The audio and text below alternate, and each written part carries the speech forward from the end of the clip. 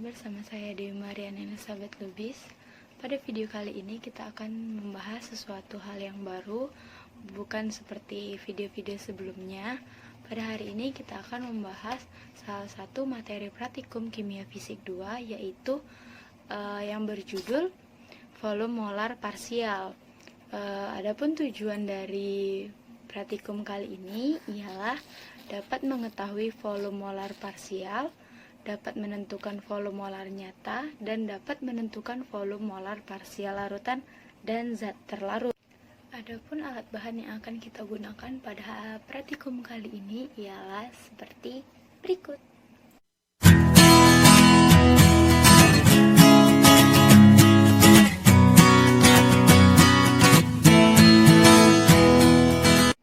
Sedangkan untuk prosedur kerja yang akan dilakukan ialah seperti gambar berikut ini.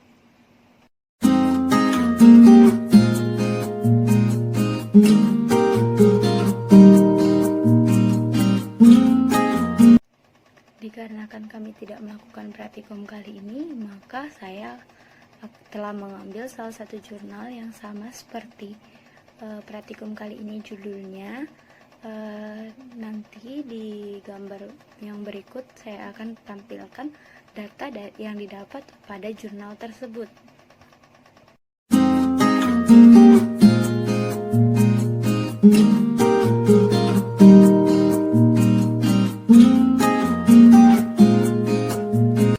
Baiklah, selanjutnya yaitu bab pembahasan.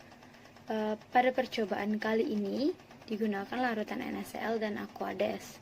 Alasan penggunaan NaCl dikarenakan NaCl merupakan larutan elektrolit kuat yang akan terurai menjadi ion Na+ dan Cl- di dalam air dan mampu menyerap air tanpa adanya penambahan volume suatu larutan, sehingga disebut dengan volume parsial semu.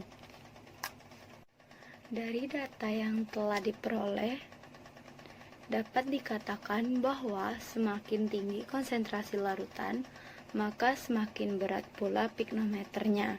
Hal ini dapat terjadi karena penyusun dari larutan NaCl yang memiliki konsentrasi lebih besar banyak mengandung zat NaCl daripada air, sehingga beratnya menjadi lebih besar. Tentunya massa yang diperoleh akan mempengaruhi berat jenis larutan, di mana berat jenis dapat diperoleh dari proses perhitungan pembagian antara berat larutan dengan volume larutan. Perbedaan konsentrasi larutan NaCl juga pasti akan menghasilkan densitas yang berbeda-beda pula, di mana semakin tinggi konsentrasi larutan, maka densitasnya juga semakin besar. Hal ini disebabkan karena semakin tinggi konsentrasi suatu larutan, menunjukkan jumlah partikel dalam larutan tersebut semakin banyak. Pernyataan tersebut dibuktikan dengan hasil percobaan yang menyatakan bahwa saat konsentrasi larutan tertinggi, yaitu 1,5 molar, larutan memiliki nilai densitas sebesar 1,0237 gram per mili. Sedangkan untuk konsentrasi 0,75 molar, densitas yang diperoleh sebesar 1,0242 gram per mili.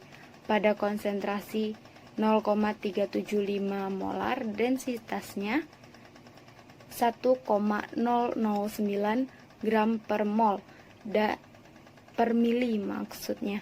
Dan pada konsentrasi terendah yakni 0,1875 molar, densitasnya yaitu 1,006 gram per mili.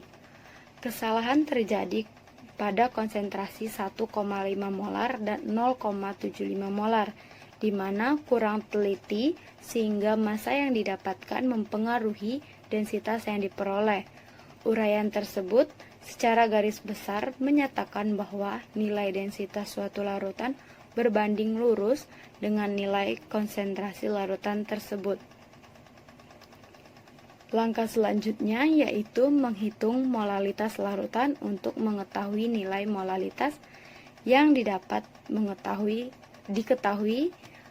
menggunakan rumus M sama dengan 1/4 D per M dikurang MR per 1000. Hasil dari perhitungan molalitas larutan NaCl dengan variasi konsentrasi 0,188 molar, 0,375 molar, 0,75 molar, dan 1,5 molar adalah sebagai berikut dengan ketentuan yang berurut-urut: 0,188 mol per gram, 0,379 mol per gram, 0,765 mol per gram, dan 1,6 mol per gram.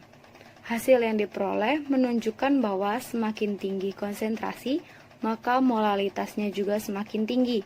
Hal ini disebabkan karena semakin besarnya konsentrasi, maka mol zat terlarut yang terdapat dalam larutan semakin banyak, sehingga berpengaruh pada kenaikan molalitasnya.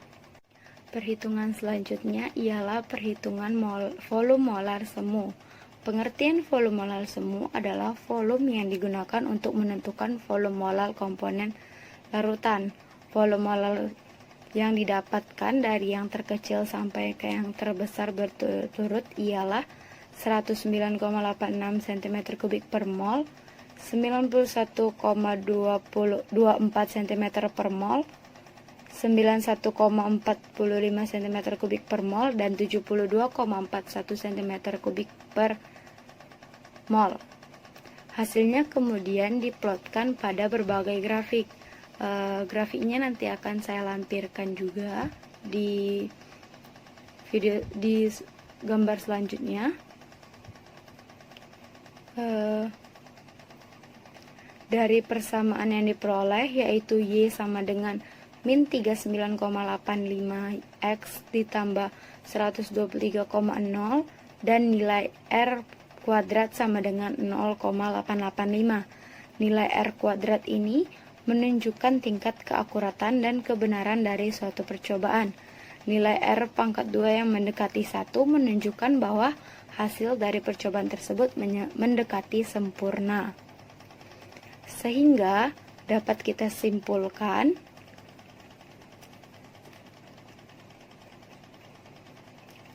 yang pertama itu ialah volume molar parsial merupakan suatu kontribusi volume suatu komponen dalam sampel terhadap volume total pada tekanan dan temperatur tetap. Yang kedua yaitu semakin besar konsentrasi, maka semakin besar pula berat jenis dan molalitasnya. Yang ketiga, semakin besar konsentrasi, maka semakin besar juga volume molar parsial zat terlarut, dan berbanding terbalik dengan volume molar zat pelarut. Yang keempat, volume molar parsial yang didapatkan untuk zat terlarut dari konsentrasi besar ke kecil yaitu 5,51, 35,56, 44,36, 70,48. Dan kesimpulan yang terakhir yaitu volume molar parsial berbanding terbalik dengan molalitas. Baiklah, sekian dulu pembahasan dari praktikum volume molar parsial. Terima kasih telah menonton.